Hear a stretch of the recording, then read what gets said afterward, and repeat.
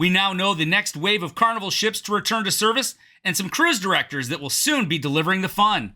Those stories and more next on the Cruise News Week in Review.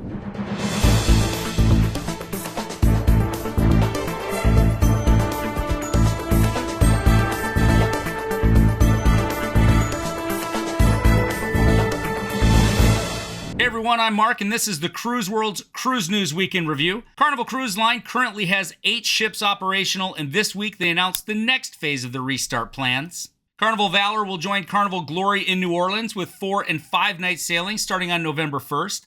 Carnival Legend will restart November 14th out of Baltimore, replacing Carnival Pride, which restarts guest operations from Baltimore September 12th, and then moves to its home port in Tampa following a Panama Canal repositioning cruise.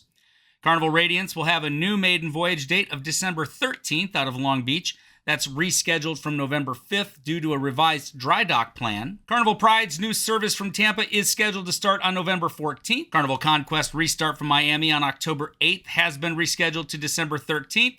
And Carnival Sensations' October 21st restart from Mobile has been moved to January of 2022. In addition to the Sensation, 4 other Carnival ships also won't see service until at least 2022. Those are the Liberty out of Port Canaveral, Sunshine out of Charleston, Paradise out of Tampa, and the Ecstasy out of Jacksonville. The Carnival Spirit and Splendor are slated to sail out of Australia, and those 2 ships have also been pushed back until at least mid-December. Carnival also advised guests that they'll continue to operate vaccinated cruises through the end of the year. And to help meet the requirements for negative COVID testing within 2 days prior to embarkation, Carnival is working to set up mobile pre-cruise rapid testing sites at all of its home ports as a backup alternative for vaccinated guests who aren't able to make other arrangements. Now, anyone that's sailed on Carnival's fun ships before knows that cruise directors are a big driving force for Carnival Entertainment, and this week the company also announced who will be headlining the fun for the next round of ships. At the helm of the excitement on board will be Leon Smith on the Glory, Marty Pitts on the Valor, Frankie Portera on the Pride, Lee Schwareb on the Legend, Dion Williams on the Dream, TJ Partita will be on the Freedom, and Paulie Mulholland will be sailing on the Carnival Elation. And if you still don't believe that cruising is truly back, listen to this. By the end of this month, Royal Caribbean Group will have more than half of its 61-ship fleet back in commercial service, and even more set to come online this fall.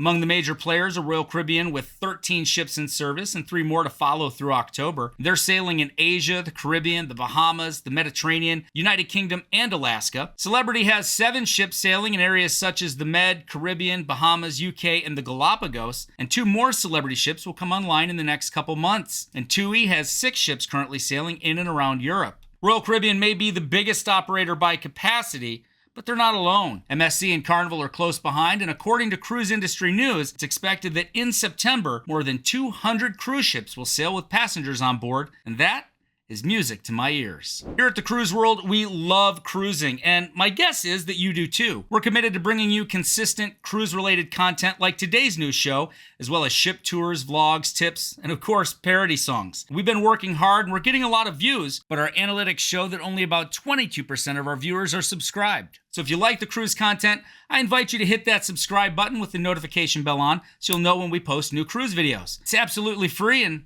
we'd like to thank you in advance. When the pandemic first started and the cruise lines were shut down, many believed that they would get some sort of relief from the U.S. government. But as you may know, most of the cruise lines we often hear about are not incorporated in the U.S., and they didn't receive any relief. But last week, we learned that American Cruise Lines, a small ship cruise line based in Connecticut, received a $42.7 million grant from the U.S. government under the Coronavirus Economic Relief for Transportation Services Act. American Cruise Line operates 12 small U.S. flagships along the eastern seaboard and western seaboard, as well as the Mississippi, Ohio, and Columbia Snake River systems of the United States. The grant can be used for payroll costs, operating expenses, and the repayment of debt accrued to maintain payroll. The Disney Wonder was scheduled to resume service from California on September 24th, but the company said this week that as they continue their gradual, phased approach to resumption, it is necessary to modify some Disney Wonder itineraries and cancel the September sailings. Beginning on October 1st, the Wonder will operate 3- and 4-night itineraries, and guests and travel agents with bookings on the canceled cruises will receive an email with their options. Passengers that were booked on one of the Wonder's 5- or 7-day voyages in October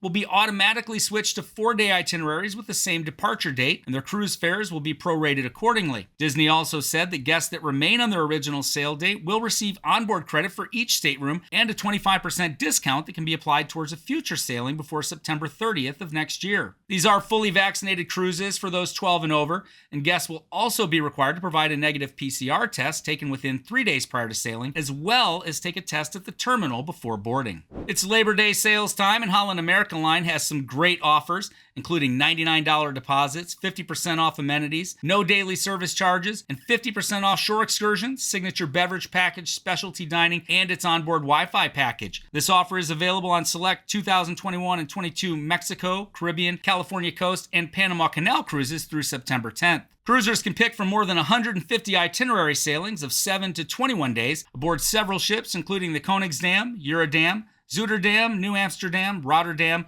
New Statendam, Zaandam, and Volendam. We've put a link to their website down in the description if you'd like to check those out. One of the major milestones in the life of a cruise ship is the steel cutting, and that took place this week in Italy for the first of 2 LNG cruise ships for Princess Cruises that will be built by Fincantieri at Monfalcone. The new Sphere-class vessels will be the largest ever built in Italy at 175,000 gross tons and will accommodate approximately 4,300 guests. These will also be the first Princess cruise ships to be dual fuel powered, primarily by LNG. Last week was great for the cruise stocks. This week, they all saw red, with Royal Caribbean dropping over 4.5%, finishing at $79.43 a share. Carnival Corporation and PLC fell 5.87% to close at $22.96 a share. And Norwegian Cruise Line Holdings ended the week at $24.62, a loss of just under 6% from last week's closing bell. That's it for this week, cruise lovers. And hey, if you didn't know it, we also have a Facebook group where you can ask questions, post your cruise and travel pictures, just interact with other great folks that love cruising almost as much as we do. Hey, we want to know when your next cruise is. So let us know your next ship and your cruise countdown down there in the comments section. And while you're headed down there, don't forget to smash that like button. Remember, guys, life is short and cruising is fun. We'll see you next time.